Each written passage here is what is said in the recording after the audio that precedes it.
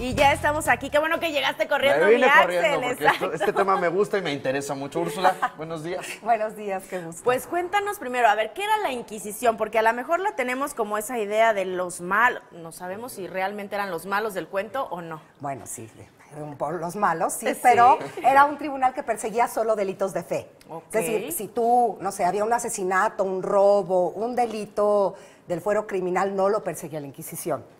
La Inquisición solamente perseguía delitos que tuvieran que ver con la fe. Por ejemplo, la brujería, la hechicería, el judaísmo o los que seguían la ley de Moisés o la ley de los musulmanes. Entonces, hay toda una idea, ¿no?, de este tribunal que perseguía a todos parejos y que a todos les aplicaba castigos. Y realmente era como muy circunscrito a un ámbito muy particular que es la fe católica, mantener la pureza de la fe católica.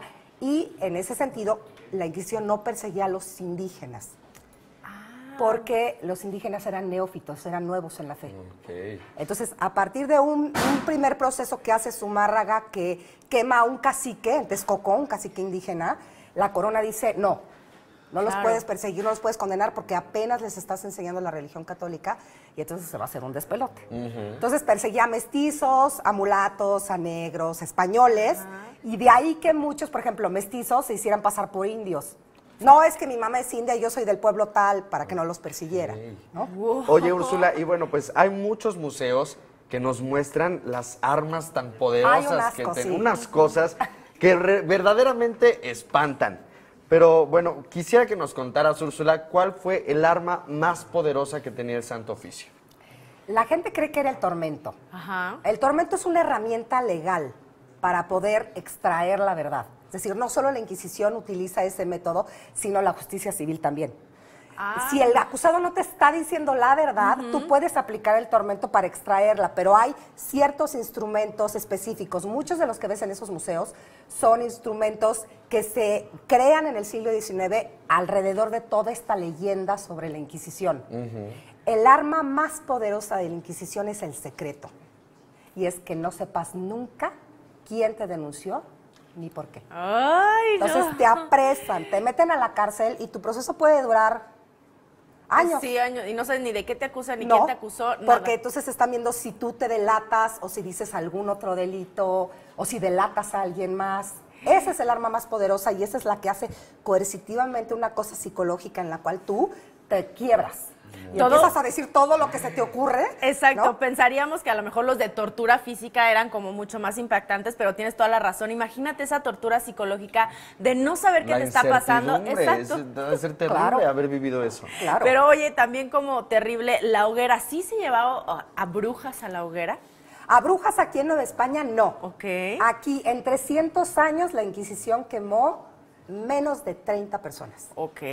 Menos de 30. Ah, bueno, pues la verdad nos fue muy bien. ¿Y cómo era? Si cómo ves era? los procesos en Europa Ajá. de las brujas, por ejemplo, los países protestantes que quemaban miles, 30 en 300 años es nada.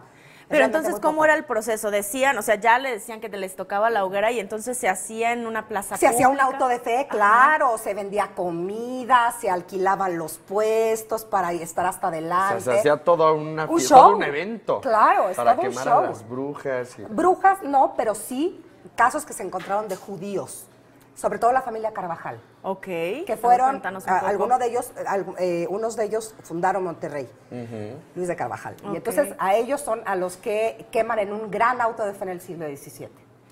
Y este fue el caso más conocido de tortura en la Santa Inquisición. Más que de tortura, el asunto es que están en digamos, en el siglo XVI, la época del protestantismo, lo que busca es ir contra la Iglesia Católica. Entonces la Iglesia Católica reafirma los dogmas de fe y persiga a cualquiera que no piense igual que ellos.